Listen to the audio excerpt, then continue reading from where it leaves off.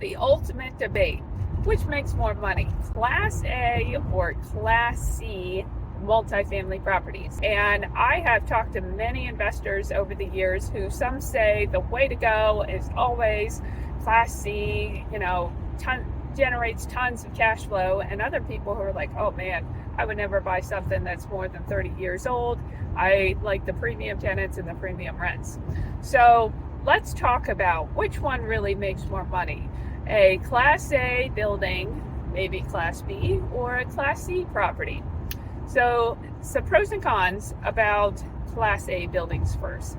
So A is definitely more of a appreciation play than a cash flow play, right? So Class A properties are going to hold and retain their value, go up in value faster and better than a lower class property. You also get a much better class of tenant because, as you would expect, someone who's able to pay $2,000 a month is a much more financially stable tenant than someone who is only paying $750 a month.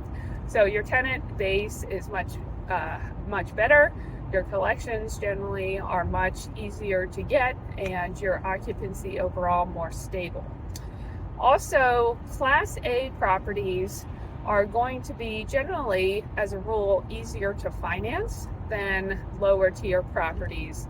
Some of this is due to the fact that you could get agency loans in place, and some of those, especially HUD, have some pretty stringent requirements on the property. So not that a B or a C may not be able to meet them, but they do require certain conditions be met, which are much easier with a newer Class A property. Also, you may be able to get more tax benefits from a Class A property because you could be eligible for energy efficiency tax credits, which, not that you couldn't get those in lower tier, but they're just going to be more common in a Class A newer construction property.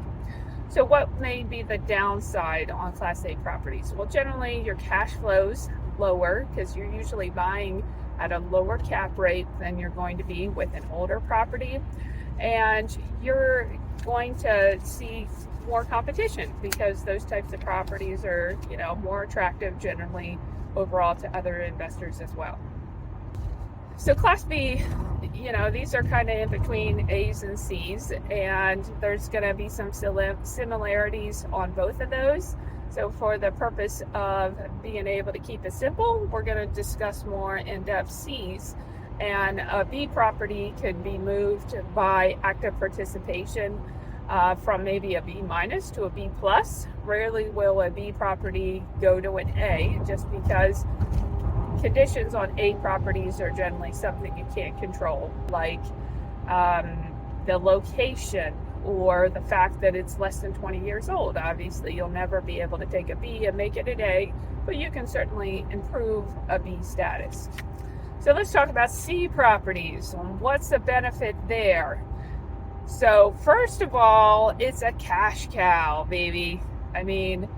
Class C properties are going to generate higher cash flow. You're generally going to be able to buy them at better prices than A's and B's, and you're going to have a much higher cash flow.